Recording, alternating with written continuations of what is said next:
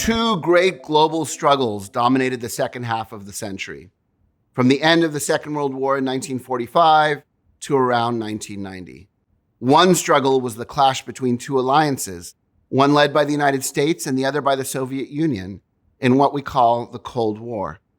The other struggle was a conflict between the remaining global empires and their colonized people who were fighting for independence. This struggle is known as decolonization. Now, these two struggles are often studied separately, but the Cold War and decolonization are best understood together, as we can see when we view them through our three frames. The United States and Russia had been the two principal victors of the Second World War.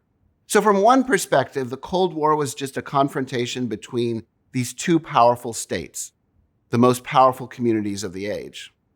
But the United States and the Soviet Union also had two very different systems of production and distribution. On the one hand, the economy promoted by the United States was capitalist. It relied on a free market with relatively little government oversight, and people could exchange goods and services pretty freely. On the other hand, the Soviet Union represented a centralized communist economy in which the government played a very big role. Now, capitalism and communism each had their own strengths and weaknesses, but they also each had similar needs, and one of those needs was for raw material. The battle to control raw materials played a role in the struggles to end colonial rule and helped draw both superpowers into decolonization conflicts. Still, decolonization conflicts centered on the shape of communities as well as issues of production and distribution.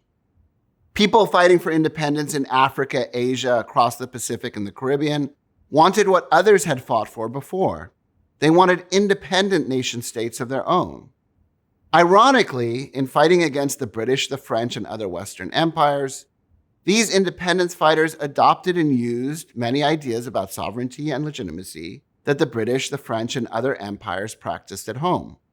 So decolonization movements used many tools of their oppressors to win their freedom, although they also developed many ideas of their own. Those fighting for an end to empire were in many ways seeking equality in the world of nation-states. They were simply striving to become a nation among nations.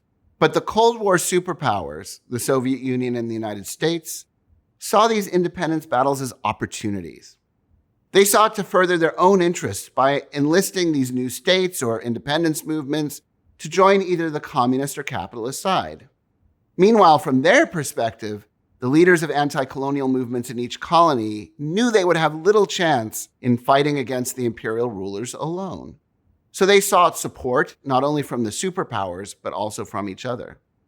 They built networks of supporters. They found ways to help each other, morally, financially, even by hiding guerrilla armies for each other. And as one colony became independent, it tended to help others around it, or even far away.